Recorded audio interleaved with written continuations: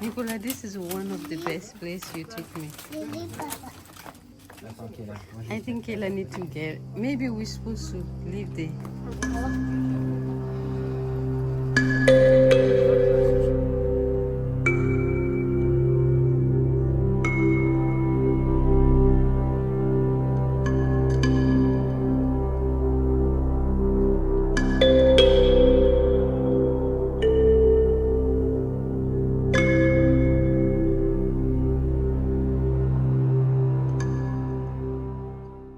Ah, cave à vin. C'est pas des caves à vin. Ouais. Ah, C'est pas des caves à vin. hello. Bonjour. Bonjour. C'est des caves historiques, madame. Ah, C'est cave. tous les gens qui travaillaient, tous les gens de Gordes ont travaillé là du 12e jusqu'au 20e siècle. Du combien de 12e? Du 12e siècle, Moyen-Âge, hein, jusqu'au 20e. Wow. Hein, il y avait tous les corps de métier, mais dans tout le rocher, partout, hein, dans tout Gordes. Hein. Wow. This is, ça c'est impressionnant. Ah, c'est... J'ai jamais vu une place comme ça. Jamais. Et puis tout est en Un pied. pierre. Hello, we are going to visit the cave of 12 au Moyen Âge. Donc tous les deux. Wow. Donc vous habitez à Los Angeles, hein, donc l'USA pour moi. 12 and 13 Moyen Âge. Is amazing. Is amazing. Je vais faire passer côté cinéma d'abord. Vous avez du but hein, d'un petit. C'est le propriétaire donc, du palais qui vous raconte cette histoire. Hein. Comme ça, quand vous partez dans le Cap, merci. Hein. Donc, vous partez We dans are le Cap, going to vous savez. visit this. Vous avez Kéla, dit. on va mettre. Merci, thank you very much. Good holiday. I'm so. C'est génial. C'est génial. So I'm gonna let you follow me Tu le veux ton petit ticket? see all. It's like they have the AC here. Ici, à Gordes, le village s'est étendu par cercles concentriques au fur et à mesure des siècles, en partant du pied du château fort. Le roman a été importé très probablement par les moines de Saint-Chaffray. Saint-Chaffray, c'était une abbaye très ancienne qui a été fondée d'après les vieux textes au 8e siècle dans la plaine de Gordes. Une charte qui donne des terres à un certain abbaye de Saint-Chaffre en 1025. C'est probablement la signification de quelque chose qui est dans le vieux texte, qui dit que l'abbaye de Saint-Chaffray a été ruinée à une époque très ancienne. Les moines se transportèrent sur une éminence voisine, c'était la Gordes, où ils bâtirent une église et des cloîtres. C'est bon. L'histoire. Gordes atteint son apogée démographique au XIXe siècle. Puis, le XXe siècle annonce le début de l'ère industrielle et les deux guerres désertifient peu à peu les campagnes.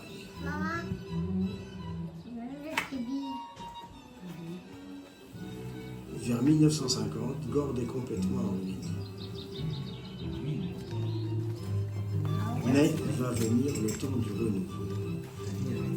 Un certain nombre d'artistes peintres laissent Gordes comme atelier. Et de plus en plus d'amoureux du patrimoine s'intéressent à ce type de village. Et peu à peu, les ruines sont rachetées. C'est fou. Donc il y a une maison, c'était vraiment. Papi, comment? Comment, papi? Cette maison était l'ancien hôtel de Gaudin d'Ancier. C'est le nom de la famille qui l'a probablement fait construire au XVIe siècle, sur des vestiges beaucoup plus anciens du XIe, XIIe siècle.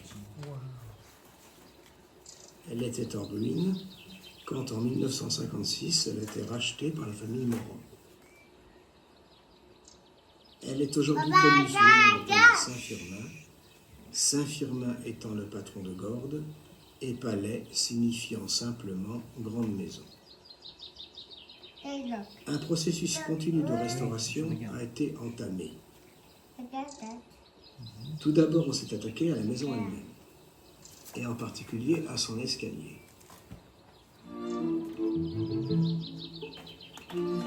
Nord-ouest. C'est là, ok. Papa.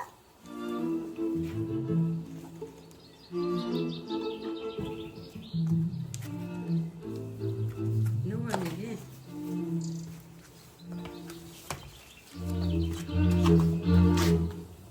Quant aux façades vétustes, certaines s'écrouleront même 2 ou 3 ans après l'achat de la maison. No, Dad, sit down. Ensuite, on s'est attaqué au jardin.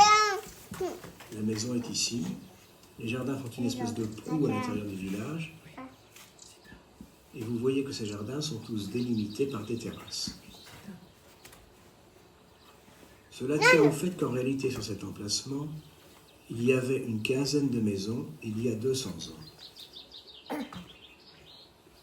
Cette quinzaine de maisons s'est effondrée, mais les bases de leurs murs ont été retrouvées pour bâtir les jardins. Et une harmonie a donc été redonnée à cet amas informe de ruines. C'est marrant, hein. Ils ont reconstruit quand même. Papi, papi. Ensuite, la dernière étape a été entamée, à savoir l'organisation et la restauration des caves. Tu vois, c'est ce que dit la dame qui t'a fait. Cela s'est fait avec les instruments de toujours, des seaux, une pioche, une pelle et une brouette. En déblayant, des vestiges intéressants revenaient au jour, mais parfois aussi on se retrouvait bloqué par des éboulements. On voyait des trous, on voyait des anfractuosités, on voyait des voûtes écroulées, on voyait un certain nombre de cavités dans lesquelles on n'avait pas forcément envie d'aller, mais la curiosité aidant, on s'y faufilait quand même. On était attiré par l'étrangeté et le mystère de ces lieux. On devinait des formes noyées dans l'obscurité. En allant un peu plus loin, on tombait sur des caves troglodytes et on se retrouvait à marcher sur le haut d'un four à pain. Tiens.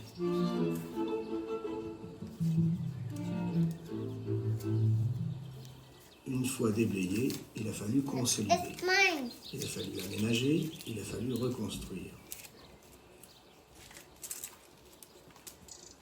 Des techniques ancestrales de coffrage ont été utilisées pour faire des voûtes, dans les endroits où les machines modernes ne pouvaient accéder. Il faut bien se dire que tout était possible, mais que pratiquement tout devait se refaire à la main. Ça, cet ensemble-là est une technique de construction parfaite et dénote probablement le XIe siècle, et non pas le XIIe, c'est-à-dire entre 1050 et 1100 à peu près, peut-être 1070, c'est-à-dire l'époque véritable des premiers moines de Saint-Chaffrey. Donc, vous avez ici un exemple type de construction extrêmement ancienne, peut-être la plus ancienne de bord, et vous avez ici une partie qui est un peu postérieure probablement. Les arcs qui sont là ne sont pas des arcs gothiques, c'est des arcs encore romans, mais c'est des arcs un peu pointus qui annoncent le gothique. Ce sont des arcs qu'on trouve très fréquemment dans toutes les abbayes cisterciennes de Provence, vers 1220, 1250. Il est évident que cette chapelle a été construite à une époque de paix et que peu à peu, les siècles postérieurs sont devenus des siècles guerriers. Donc il a fallu s'enfermer, s'aménager ses remparts, utiliser les moindres surfaces possibles pour engranger des réserves en cas de siège.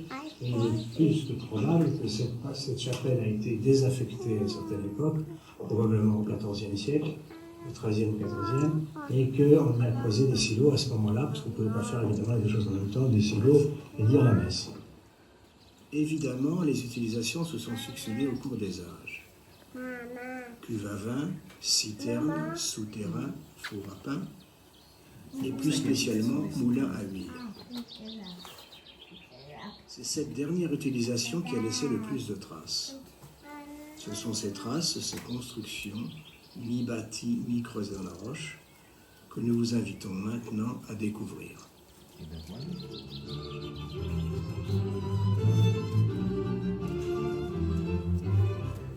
C'est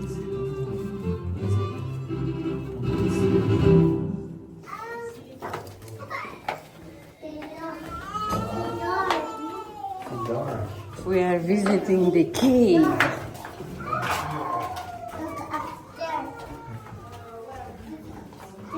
C'est pas comme ça? Ah, nous allons avoir fin de visite. C'est pas grave. Voilà, voilà, voilà. Ouh, il fait bon ici. Fais attention au trou. Yeah.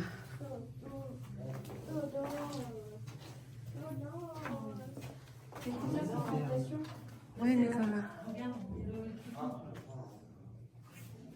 C'est combien le plan de présentation, le bac?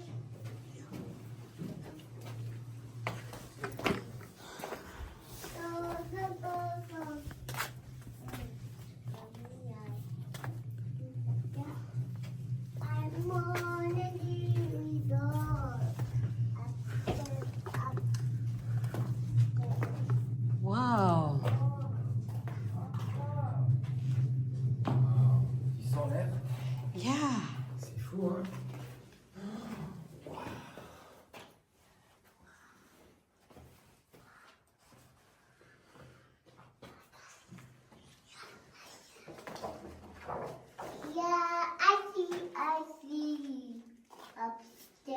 Il dit que c'était quoi ici? Des réserves pour quand il y avait des guerres, ils pouvaient garder de la nourriture, du vin. Ah. C'est ça qu'il y a des trous, regarde. Tu vas voir. T'as une vidéo qui t'explique, tu vois, regarde. Pendant les guerres, pour pouvoir tenir, ben, il y avait des moulins. Ça, c'est un moulin à blé. Uh-huh. Voilà. Et ça, il tourne, tu vois. Ici, là, on est. Et ils faisaient pour pouvoir produire de la nourriture pendant qu'il y avait les guerres. Et qu'ils étaient enfermés ici. Wow. C'est fou, hein? Impressionnant. Les trous, c'était des trous à citerne pour garder le vin.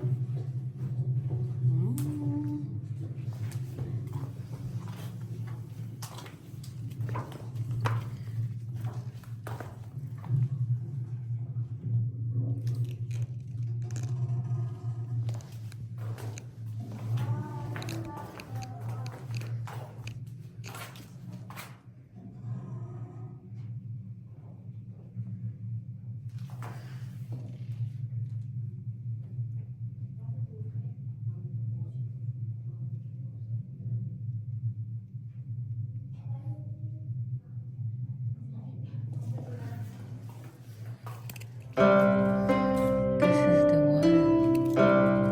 Yeah, this is water.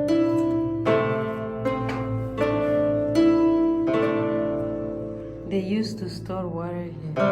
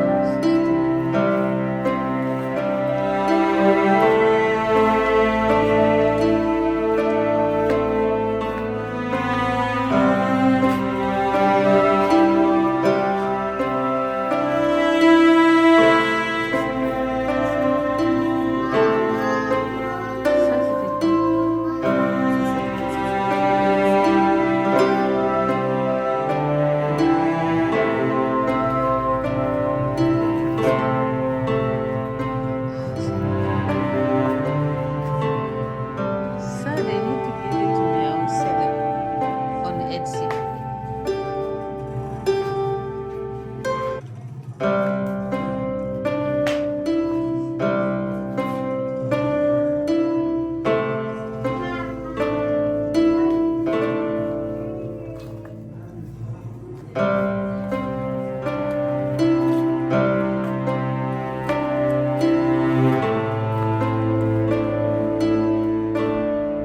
This is so impressive.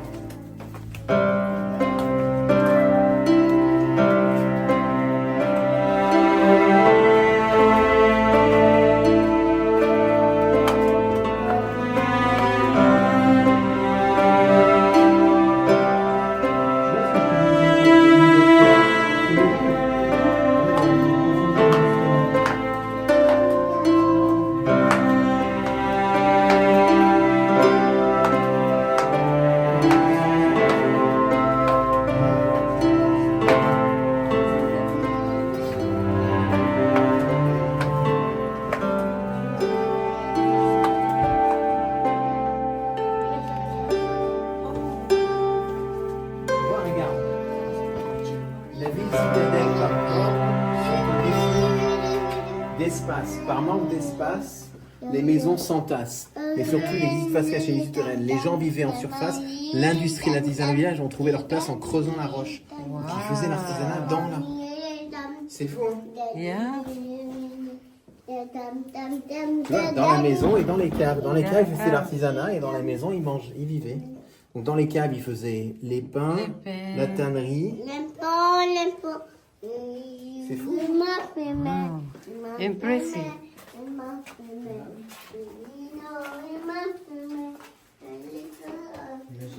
This is a little museum. That's...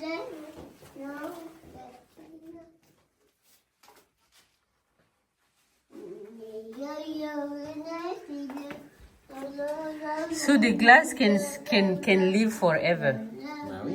huh? And look at the porcelain too. Yum yum, okay. So glass can live forever. Oui. Daddy, Oui, qu'elle a. you know, Yes, on va bien bien. Wow. On a bien mangé pour It is the same article that we're working with. Oui, oui, c'est ce qu'il a dit. Ils ont travaillé à l'ancienne. Yeah, nothing's really changed. The wall's still the same.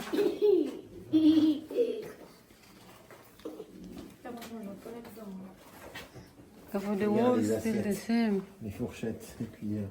Yeah, pottery.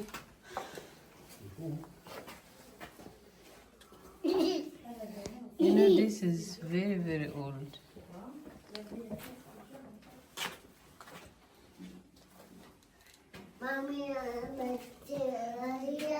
Nicola, look at this one. This is like people who made the shoes.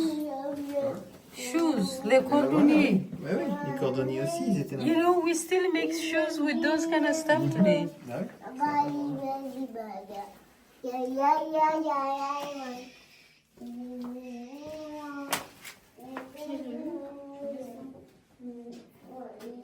This is a machine to coudre leather. No, Why? this one, and this one, no. Oh no, Kayla, je vais tomber. Daddy, daddy, Daddy, daddy, daddy. Daddy, daddy, daddy. Oh my God. daddy, daddy. Daddy, daddy, daddy. Daddy, daddy, daddy.